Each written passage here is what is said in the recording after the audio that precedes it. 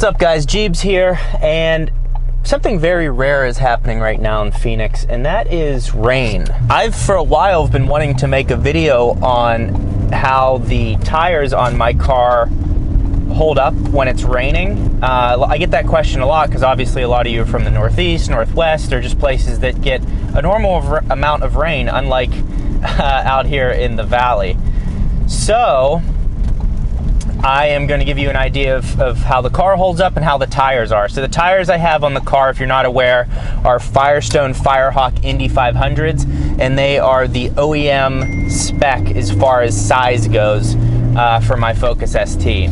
So I'm just adjusting the sensitivity of the wiper blades here, which I've actually never used this before, but it's kind of nice. So you can just kind of adjust how often they go as their automatic wipers. So how is the Focus ST in rain? Well, here's what I can say in the little experience that I do have, and that is that front-wheel drive cars, performance front-wheel drive cars in rain, they just suck because you have no traction up front. The second you want to get on it, you're just spinning the wheels.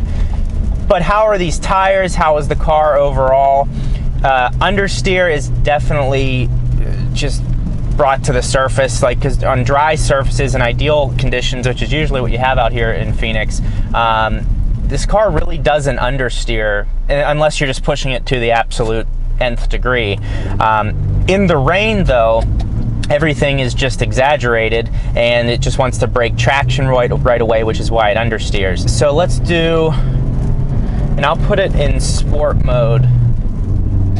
That's a nice shift. Just so we have a little bit more slip and the traction control doesn't kick in right away. But let's do spinning all through that. So I'm in second gear right now, and it just spun the wheels. It would never do that if it was dry out. So the wheel and the car is balanced and it's fine. It's just that the fact that it's raining. The other thing that hurts this car is the fact that there's no limited slip differential. So it doesn't have an intelligent way to sort out the power. Where, like, coming from the Civic Si that I had before, well, it was actually one of the best features about it was it had a limited slip differential, which is something that I really highly value now that I've seen the other side without having it. So having a differential would help that for sure. Now, if you have a front-wheel drive car in snow, I think a front-wheel drive car is better than having a rear-wheel drive car when it comes to poor conditions. And the reason I say that is because in a rear-wheel drive car, if you're not paying attention, if you're not as experienced, and not saying that I am, but the back end can be giving out on you and you may not even realize it, because you're facing forward and the back end of the car can start to go out, and by the time you realize it, you try to correct and you whip the car back around with improper counter steer.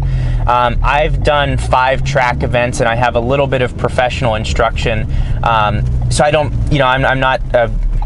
I'm obviously not a professional, but I do have some track experience, and from what the professionals have told me, the best way to handle a situation like that where you start to go out of control is to keep the wheel as straight as possible. Some of them even say to let go of the wheel and don't try to correct it on your own, because the computer systems in your car, the ABS, the stability control, all of those things. There's one other one, I can't think of it off the top of my head, but all cars have to have these controls now, and that's what, when your car goes sideways, it knows to lock everything up.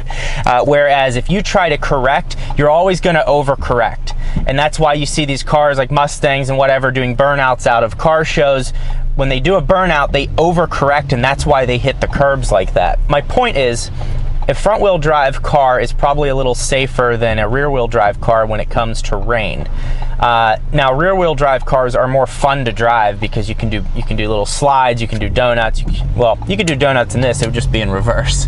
So I'm not saying that. Obviously, the ideal situation would be to have all-wheel drive in rain, because then you can continue to do whatever and you still have all that control. With that GLA that I rented up in Seattle, having all-wheel drive was nice because I even did a couple slides in it, just merging onto interstates, just because I have full control of the car.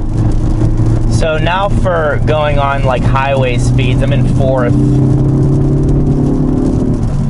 if I want to get on it, there's no spinning up in the gears if you're traveling on a highway or interstate. So no issues there. I also just went through a pretty large puddle back there at about 40, 50 miles an hour. There was no hydroplaning. Like, I feel like these tires are very good going through water. I don't think that there's any blatant issues that I've seen so far. You know, it's not quite it's not as aggressive as a tire as like the Michelin Pilot Super Sport Cup 2s. You know, it's just a step above that. So I think it's a good tire. So we have a little right-hander coming up. Let's see, we're going, car's going slow. I'm not going fast enough to get it to spin. I mean, so I mean, as far as the tires go, I think these are good tires to have in a rainy area. So if it rains a lot and it's a warm climate where you're at, I think these tires would be totally fine. What I will say though, again, is these tires are not meant for winter at all. I've had comments where some people say I run, you know, ultra high performance summer tires through the winter. I just don't suggest that. I've had experiences where the tires give out because the temperature's just too cold. They're not meant to operate in those conditions. So for that reason, you should have a set of winter tires and a set of summer tires. So, but as far as this tire for being in the wet, I think you're totally fine. The main thing though is the car is a front wheel drive car. So that's the main deficiency that it has. The tires can only do so much. It's mainly the drivetrain of the car which inhibits this, you know, fun in the rain. You just kind of have to drive it normally. Driving aggressively, I just don't think is worth it. There's too much slip involved.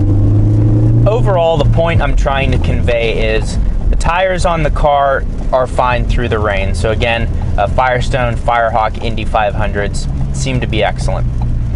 The car, being a front-wheel drive car and a high-power, high-torque front-wheel drive car, is what limits it in the rain. Now, I'm not going to get in an accident. The worst thing that happens in a front-wheel drive car is that I spin the wheels and I don't get to put the power down. But overall, it handles itself nicely in the rain. It feels solid. I have confidence when I'm driving it. I'm going 60 miles an hour right now. I'll be going about 80 here shortly. I probably shouldn't be going 80, but for the sake of the video, I'll go 80. And it's just, it's a solid car. I have confidence in the braking abilities, handling. But if you push it, if you want to drive it aggressively, I just don't recommend it. And I think that's obvious. A lot of you guys know that. But it's just something to consider if you're in an area that it rains a ton. It's just constant rain.